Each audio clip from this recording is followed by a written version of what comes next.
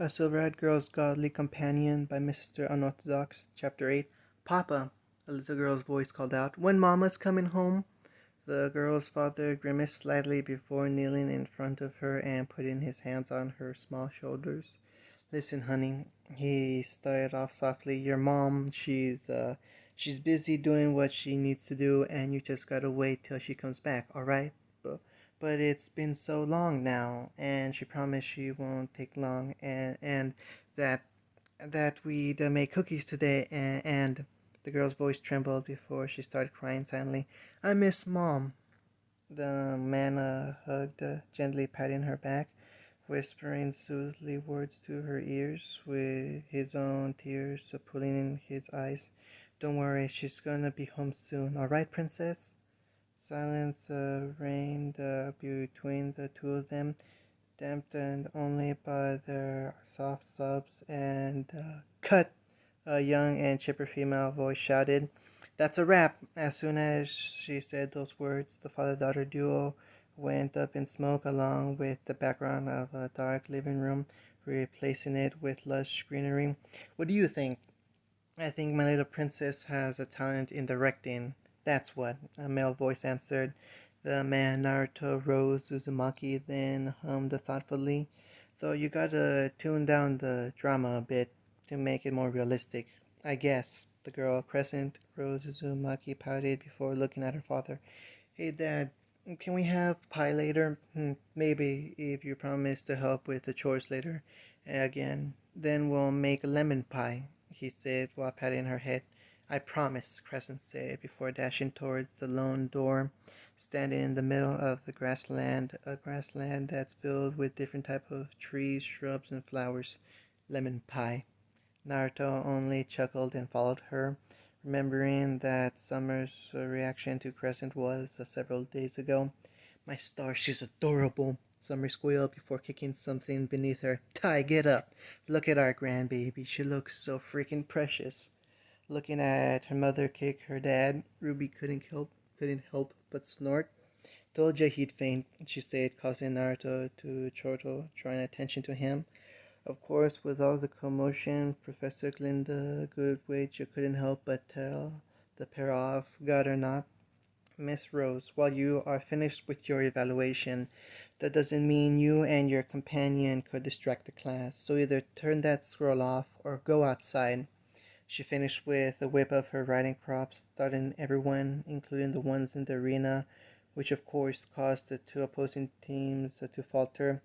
Yes, ma'am, sorry, ma'am. Yes, ma'am. Ruby and Naruto said respectively before leaving the arena with Crescent in tow. Long story short, their talk was filled with squeals from Summer, happy words from Ruby and Naruto, childish responses from Crescent, and groaning from the still fainted Tai Yang. Naruto chuckled once more, drawing the attention of his daughter, who's waiting by the door, and prompting her to ask, why are you laughing? He only shook his head with a smile before ruffling her head. That is how Vale City is named as such. Bartholomew Oobleck, or Dr. Oobleck as he preferred to be called, said to the class in front of him before the ringing of a bell signed off. Also, you're all to do an essay about today's topic that has a minimum of 600 words, and it's due on Friday. Class dismissed. The students walked out, many grumbling and mumbling about the assignment being too much, one of them being blonde bombshell. Ugh, that's too much, Yang moaned to her teammates and friends, Nora, Ruby, and John agreeing with her.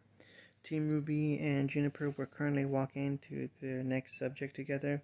Not really, told Yang, back handing her stomach softly, eliciting a soft grunt from the blonde.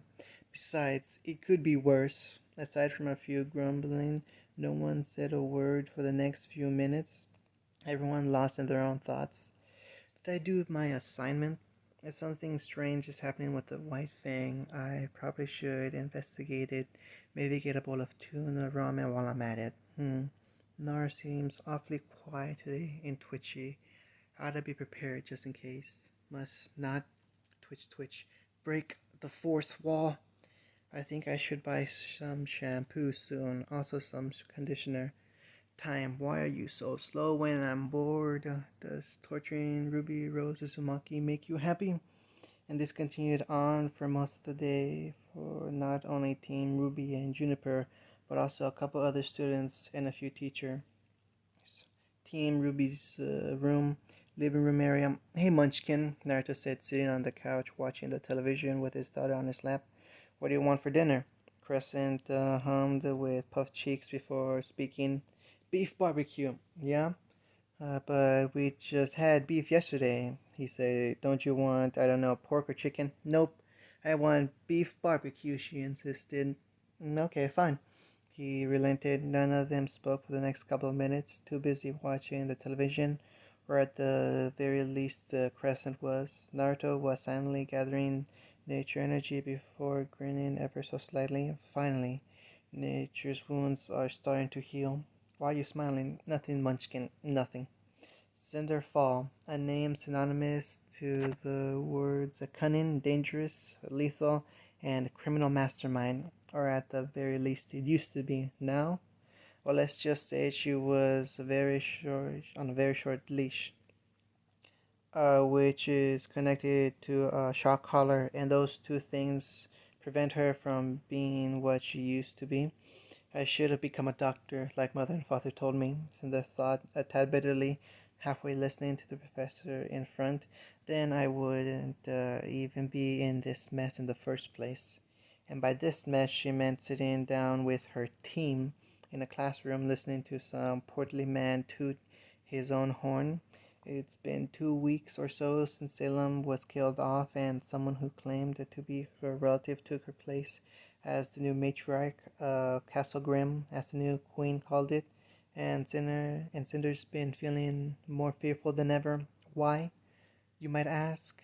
It's probably the fact that Mercury was charred to death with those demonic black flames by Menma, mistress, because he apparently annoyed her.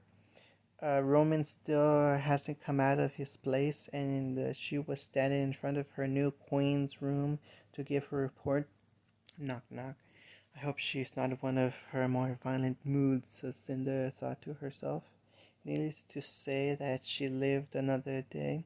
Oh yeah, she also learned that the other members of Salem's faction were all dead now, because according to Menma, that they were unsightly and better off dead. Though aside from the boring lecture, she also currently in a situation. Mistress, Cinder voice towered her. Well, mistress. Mm-hmm. Menma discreetly hummed before facing her underling. What is it? Your hands on my thigh. Cinder was said quietly, her cheeks turning red and her skin tingling. What with Menma squeezing and lightly dragging her fingers across Cinder's thigh. Oh, Menma responded, her actions undisturbed. Isn't that sexual harassment? One Emerald sustained thought to herself while watching the change between the two. Don't get her wrong, she wants to stop what's happening, but she knows she can't do anything. Neo's thought on this, well, judging by the way her eyes are glinting and that amused smile on her face, it seemed as though she was loving Cinder's current situation.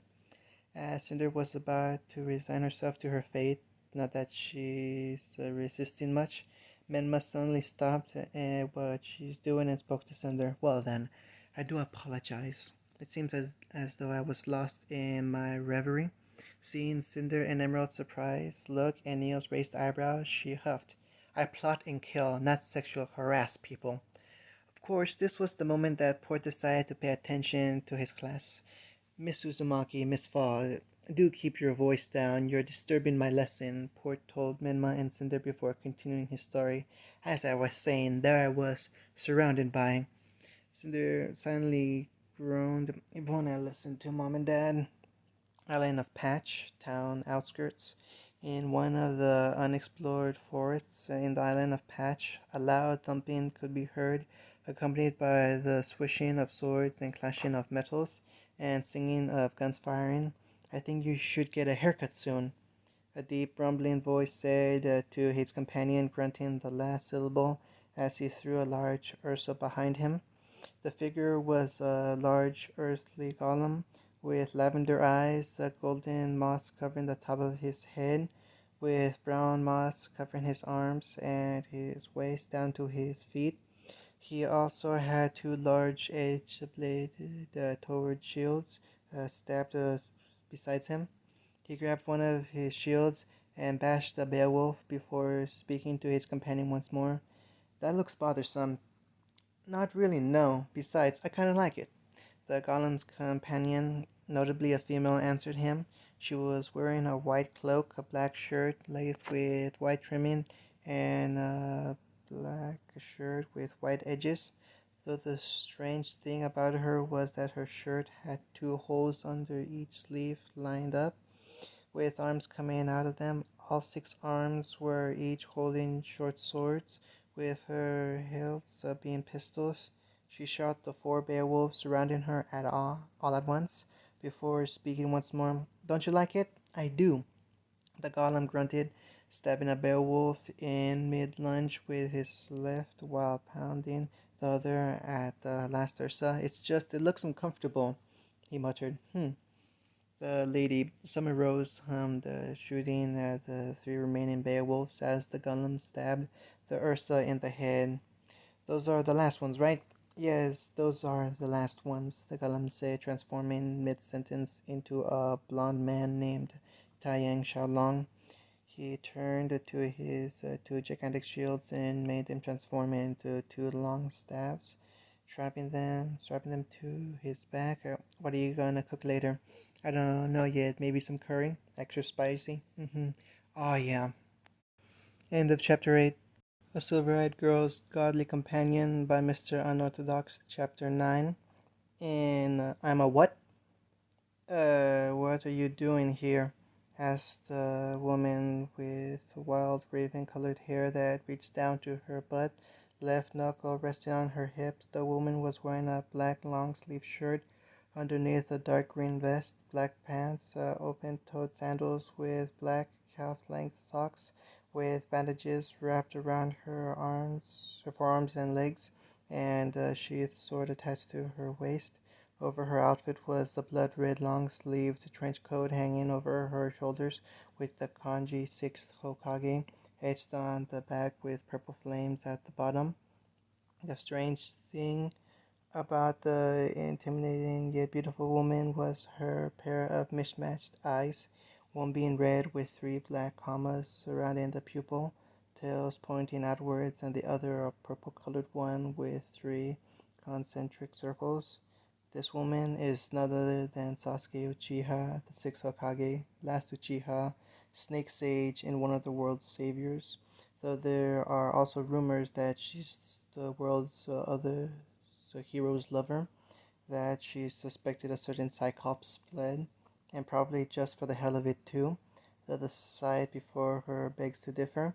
In front of her were three people, two strangers and one friend, to be more precise, one girl and two adults, teenagers really, and it was quite easy to spot that the child was the daughter of the two people, what with her looking like a combination of the two, though that thought only made the last Uchiha stare at the little gynoid quite intensely.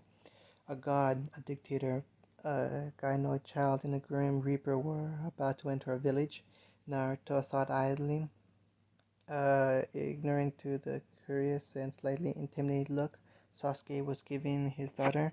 I think there's a joke somewhere in there. Maybe not. That girl's too old, and I don't think Naruto would have had a child before the war, Sasuke thought with narrowed eyes. And her presence feels strange, as if she's there and yet she's not, just like she's staring at me. Why is she staring at me? Did I do something wrong? Crescent thought with wide eyes, panicking ever so slightly. What should I do? Dad, help me. Fortunately for the young Whirlpool Rose, her father unknowingly did just as she asked. Can't I visit my old home from time to time? He asked in a blank look from the last Uchiha before pouting at her. Fine, be that way. I wanted to introduce Crescent to her grandmother. That's you. Godmother. That's you.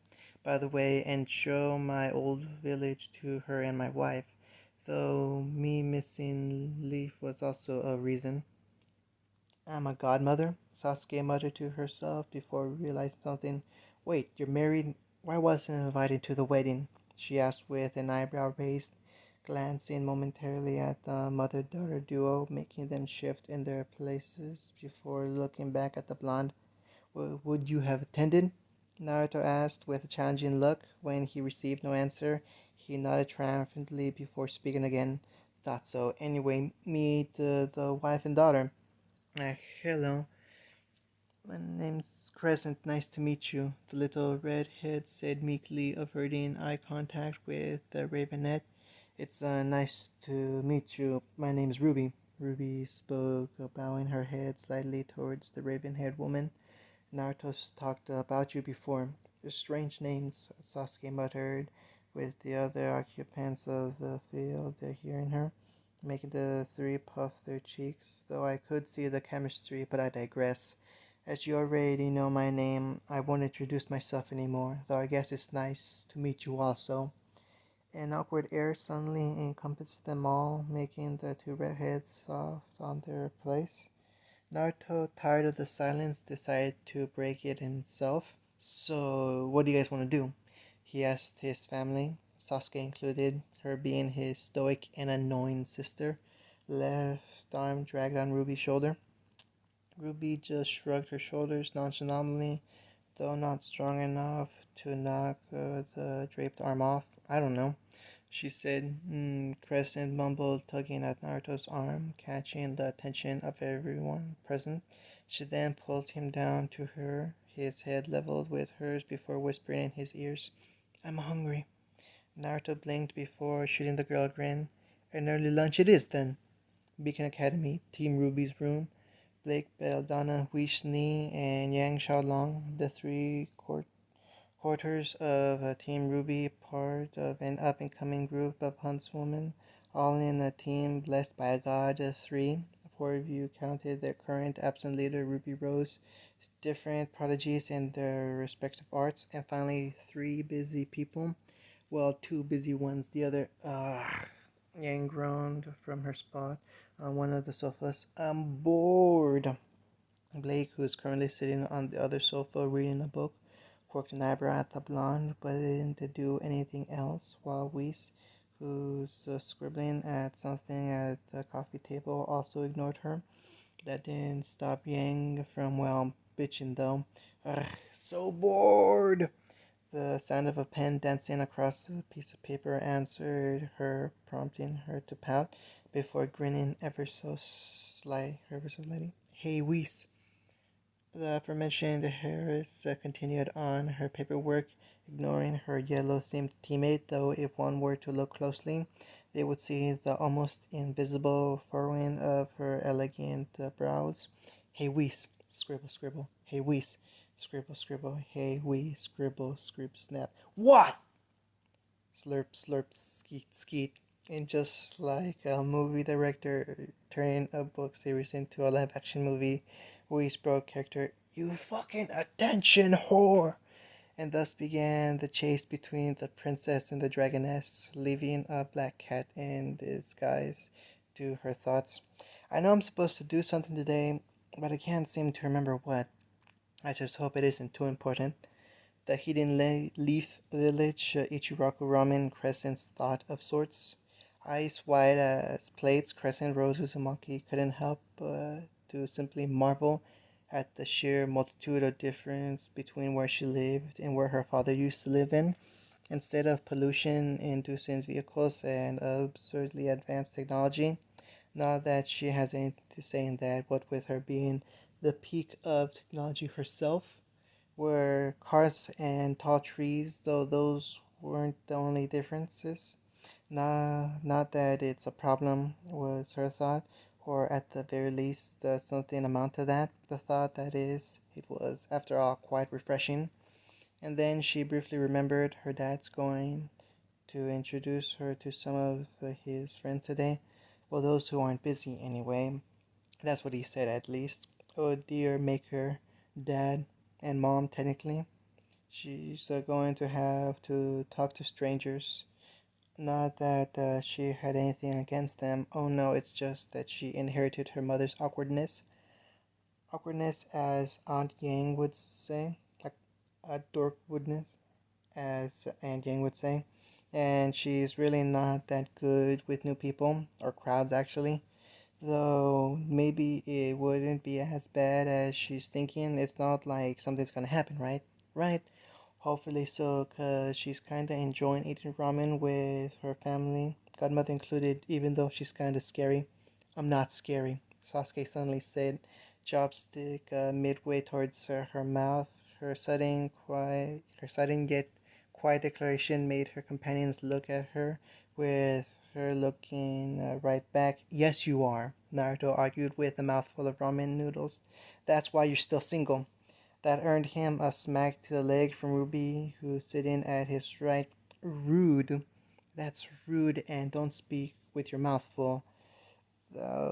What she said was somewhat hypocritical, what with her own mouth also filled with noodles, with a few strands hanging from her mouth.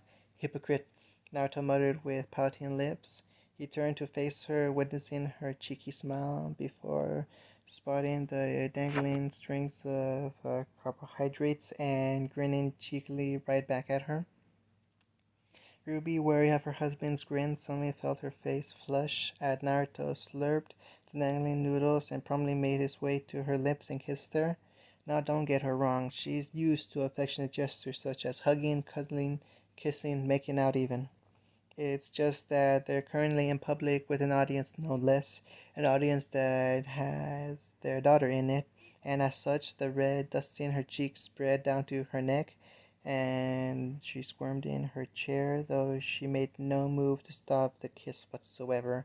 Mom, Dad, stop that! Said an embarrassed Crescent, temporarily forgetting the fact that her godmother seemingly read her mind, which would cement her thought once she remembers when her embarrassment fades. Her godmother really is scary. I'm not scary, Sasuke muttered once more, seemingly ignorant of her friend practically making out with his wife. Not that she has anything to say in that matter. They were, after all, married, and if one were to look very closely, they would see a pout forming on her face. She then turned to her goddaughter and stared right at Crescent's eyes, but said nary a word. And so was the scene one Ayame Ichiraku stumbled upon when she returned to their table to check up on them. A furiously blushing Crescent, a sulking, pouting Sasuke, and Ruby and Naruto kissing each other without a care about their audience. Food's getting cold, Crescent grumbled out, the cheeks still aflame with embarrassment, realizing that her parents are still at it, as she sighed and began eating once more. This is so embarrassing. End of chapter 9.